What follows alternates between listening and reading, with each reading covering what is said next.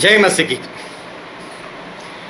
United kingdom, UK, European union 1971 में तकरीबन Britain जो है वो यूरोपियन यूनियन से मिल गए। काफ़ी देश जो है वो इसमें मिल गए थे। अभी था ऐसा कि यूरोप के किसी भी देश में जाओ जो यूरोपियन यूनियन के साथ जुड़ा हुआ है तो एक ही वीज़ा सभी देश में चलता था।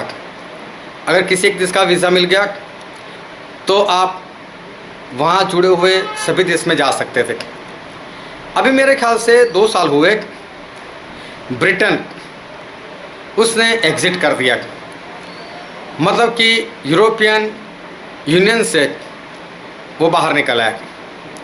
अभी बाहर निकल आया, समझौता ये था कि अभी उसका पासपोर्ट अलग रहेगा और उसका वीज़ा भी अलग से रहेगा। अब अगर ब्रिटेन में जाना है तो यूरोपियन वीज़ा नहीं चलेगा। अभी क्या हुआ कि ब्रिटेन अलग होने के कारण ब्रिटेन में जो ट्रक ड्राइवर थे वो किसी न किसी देश से आए हुए थे और उनके पास यूरोपियन वीज़ा था। अभी वो ब्रिटेन में चलने वाला नहीं था। तो जो ड्राइवर थे उन्होंने अपना भविष्य देखा कि कभी न कभी हम यहाँ से निकाल दिए जाएंगे, इससे अच्छा यहाँ से भागो और किसी देश में सेट हो जाओ। और ट्रक ड्राइवर धीरे धीरे कम होने लगे। कई लोगों ने ब्रिटेन की सरकार का ध्यान खींचा इस ओर कि हमारे वहाँ ट्रक ड्राइवर कम हो रहे, लेकिन सरकार ने इस चेतावनी को नज़रअंदाज किया। आज परिस्थिति ये है ब्रिटेन में कि तकरीबन उनको 1 लाख ट्रक ड्राइवर चाहिए। उनके पास ट्रक ड्राइवर नहीं है। ट्रक ड्राइवर ना होने की वजह से आज ऐसा हो रहा है ब्रिटेन में कि जो ट्रक वाले कचरा उठा कर लेकर जाते थे, पूरे ब्रिटेन में इधर उधर कचरा जमा हो चुका है। जो पेट्रोल पंप है वहाँ पर पेट्रोल ख़त्म हो चुका है क्योंकि ट्रक ड्राइवर है नहीं, ट्रक आता नहीं, पेट्रोल आता नहीं, डीजल आता नहीं। गैस पंप पर गैस नहीं है और इस तरह से वहाँ की परिस्थिति काफ़ी बिगड़ चुकी है। साथ में जो बड़े बड़े मॉल रहते, सुपर स्टोर रहते, वहाँ जो सामान होना चाहिए वो ट्रक ड्राइवर ना होने की वजह से, ट्रक ना होने की वजह से उनको सामान नहीं मिल रहा है। इसलिए जो सामान है वो काफ़ी महंगा हो चुका है और वहाँ पर महंगाई बहुत ही ज़्यादा बढ़ चुकी है। सुपर स्टोर, मॉल खाली पड़े हुए, पेट्रोल पंप खाली पड़े हुए, अफरा तफरी मची हुई है। मैं चीन की बात करूं तो अमेरिका ने चीन को बोल दिया कि कोयला पैदा करना बंद करो, क्योंकि आप जो कोयला पैदा करते हो उससे प्रदूषण बढ़ता है, पॉल्यूशन बढ़ रहा है। हम आपको पैसे देते लेकिन प्रदूषण बंद करो। अभी उनको क्या, उनको तो पैसा मिलता है। उन लोगों ने कोयला पैदा करना बंद कर दिया। हकीकत ये है कि सबसे ज़्यादा प्रदूषण दुनिया में वो तो अमेरिका करता है, लेकिन अमेरिका तो महासत्ता है, राजा है, उसकी दादागिरी सबके ऊपर चलती है। चीन को पैसा मिल रहा है, चीन ने कोयला पैदा करना बंद कर दिया। अभी इस कारण ऐसा हुआ कि ज़्यादातर जो बिजली पैदा होती है वो कोयले से होती है और चीन में तकरीबन 70% बिजली वो कोयले से पैदा होती है। आज चीन की परिस्थिति ऐसी है कि वहाँ पर तकरीबन 8-8 घंटे तक इलेक्ट्रिसिटी चली जाती है।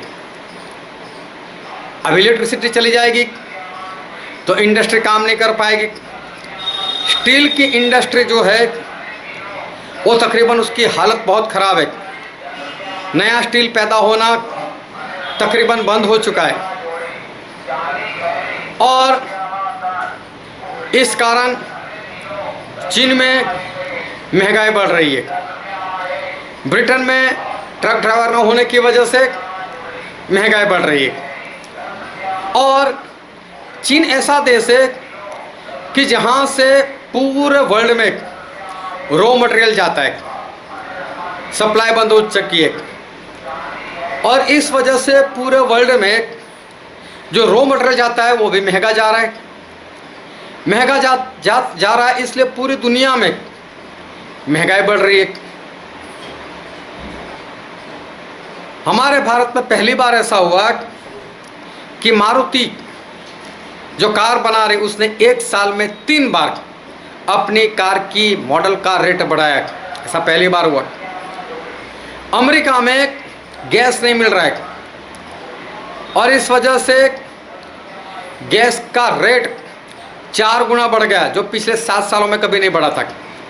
इतना इस वक्त 4 गुना रेट उसका बढ़ गया। वहाँ पर भी महंगाई बढ़ रही। अब हमारे भारत में ये हो रहा है कि जब दुनिया को कोयला नहीं मिल रहा है, तो भारत में जो कोयला बनाने वाली कंपनी है, जो प्राइवेट है, वो भी एक्सपोर्ट कर रही है कोयला। उनको पैसा ज़्यादा मिल रहा है, सरकार की रोक नहीं है उनके ऊपर। अगर ऐसा होगा तो वो लोग तो पैसा कमा लेंगे, लेकिन कोयला हमारे वहाँ से चला जाएगा। तो यहाँ पर भी इलेक्ट्रिसिटी वो जोखिम में पड़ जाएगी और यहाँ पर भी महंगाई बढ़ती जाएगी। और इन दिनों में आप देख ही रहे हो, पेट्रोल देखो, डीजल देखो, गैस सिलेंडर देखो, उसका रेट बढ़ता जा रहा है, क्योंकि इंटरनेशनल मार्केट में जो कच्चा ऑयल आता है, क्रूड ऑयल, उसका रेट भी बहुत तेज़ी से बढ़ रहा है। अगर पेट्रोल का रेट बढ़ेगा, डीजल का रेट बढ़ेगा, तो क्या होगा? ट्रांसपोर्टेशन वो महंगा हो जाएगा। एक चीज़ यहाँ से वहाँ ले जाने में उसका रेट बढ़ जाएगा, उसका खर्च बढ़ जाएगा, तो चीज़ें महंगी हो जाएगी। और इसी तरह से अब पूरी दुनिया में महंगाई बढ़ रही है और ये महंगाई इतनी बढ़ेगी कि आसमान को छू लेगी, देख लेना आप। और ऐसा नहीं है कि चीन, भारत, ब्रिटेन या अमेरिका की सरकार वो मूर्ख है, वो पागल है, उनको ये सारी बातें नहीं दिखाई देती। ऐसा नहीं है, सबको दिखाई देती है, लेकिन कोई एक्शन नहीं ले रहा है इसके पीछे। ब्रिटेन को पहले से बताया गया था कि ड्राइवर कम हो रहे, ड्राइवर कम हो रहे, लेकिन तब ध्यान नहीं लगाया। और अभी देखो महंगाई इतनी बढ़ चुकी है।